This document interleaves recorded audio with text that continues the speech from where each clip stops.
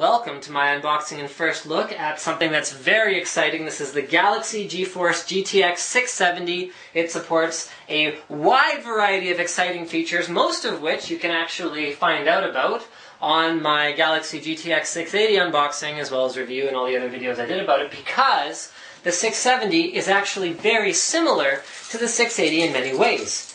Now, sure, it doesn't have quite as many CUDA cores. It only has 1,344. Sure, it's not clocked quite as high with a boost clock that's generally in the neighborhood of around 980 megahertz, although GPU boost doesn't necessarily, nail it down to an exact frequency at any given time. And sure, it might look a little different, and more on that in a moment, but in terms of the performance, in terms of the memory speed, in terms of the memory bus, this is the first time in a while we haven't seen a step-down card from the flagship single GPU that is actually using the same memory bus at the same frequency. So it has 6 gigahertz GDDR5 memory with a 256-bit bus.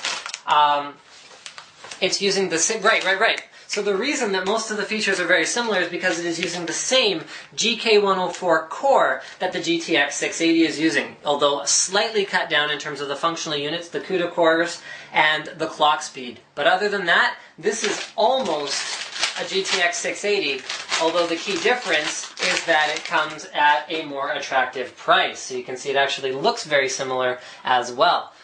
More on that in a moment. So let's just have a look at what Galaxy includes with their GTX 670. In here we find slick all black packaging. I'm a big fan of packaging, as you guys probably know if you've watched a few of my videos. I unpackage a lot of products, so I do recognize good packaging when I see it. Got nice little individually packaged Ziploc-y things going on here. So we got a DVI to VGA adapter.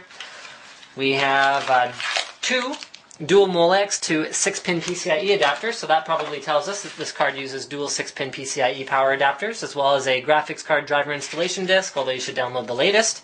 And finally, a setup guide, easy setup for quick installation for GeForce GTX 600 series pamphlet, and then a user's manual. So that pretty much covers it. Attention customers, thank you for purchasing your blah blah blah. Be sure to register your card within 30 days of purchase to receive an extended warranty. So Galaxy does provide up to, I believe it's 3 years. Yes, 3 years of warranty if you register your card right away. So let's go ahead and, I don't know how this works, so I'll figure that out later.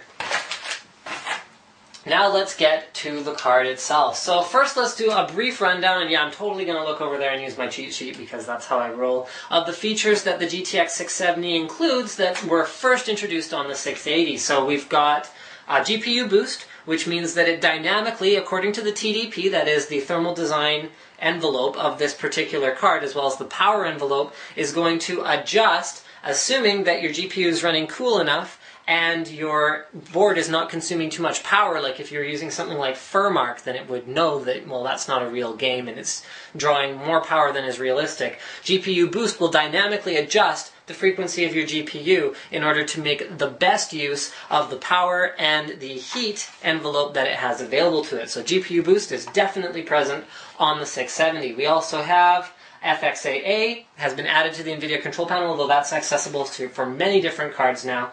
Adaptive VSync is one that's really cool. So adaptive VSync allows you to either be using VSync when your frame rate is way, way above the refresh rate of your monitor, whether it's 60 or 120 or whatever the case may be. So it will turn VSync on to eliminate tearing. So that is when your GPU draws the top half of the screen and the bottom half of the screen in the middle of a monitor refresh, and you see like there's a guy standing there and he's like slightly disconnected at the waist. So that's tearing. So VSync will turn on when you're up there, and then when you are below 60, let's say 60 for our hypothetical, most monitors, most LCDs are 60 Hertz. When you're below 60 Hertz, it will no longer have to drop you all the way down to 30 if your GPU is capable of pushing 55 frames per second, which is how VSync works. So it turns VSync off as soon as you fall below that threshold, so you get the best of both worlds. So that's adaptive VSync. TXAA is basically more, what do they sort of call it? Pretty much the performance of, I'm mode 1, right? 2 times multi-sampling AA performance, and it looks like 8 times AA, so that's basically that. And then mode 2 is, you know what, hold on, give me a sec. I couldn't read my little chart from too far away. So mode 1 is the performance hit of 2 times anti-aliasing, and it looks about like 8 times anti-aliasing. And then mode 2 looks even better than that, and is about the same performance hit as 4 times anti-aliasing. So that is also present on this card. Next, we have full support for NVIDIA 3D Vision Surround off of a single card. So you can go 1, 2, 3 displays with an auxiliary display. No big deal. So you want to run your 3 displays, and then your auxiliary one can't run the game at the same time. It's not for surround gaming, but if you had, like, you know, a chat window open, or like system monitoring utilities or stuff open on that 4th monitor, then you can totally run that one as well. So up to 3+1 displays is also supported on this card. 4K monitor support, as well as HDMI 1.4a. That includes 3D, which is very, very cool stuff. Better PhysX performance, and we're pretty much there. Now let's have a look at the card itself. So it uses a similar blower design cooler, which also includes the acoustic dampening hoo-ha that NVIDIA included with the GTX 680. You can see it's a slightly shorter card, although it's more than slightly shorter, which I'll show you more of in a moment. It uses the same fan, which is good, because the GTX 680 fan is excellent. It is a PCI Express 3.0 card, which is good if you have the latest Ivy Bridge platform for your system. You can see on the back, we got sort of, you know, more like plasticky shroudy thing. There's our PCIe interface. I already showed you the 2 DVI, HDMI, and DisplayPort connectors. Up here, we've got cool GeForce GTX branding, and then here we've got our 2 6-pin PCIe connectors. And what you may have noticed about that is it's in kind of a weird location. Why would that be?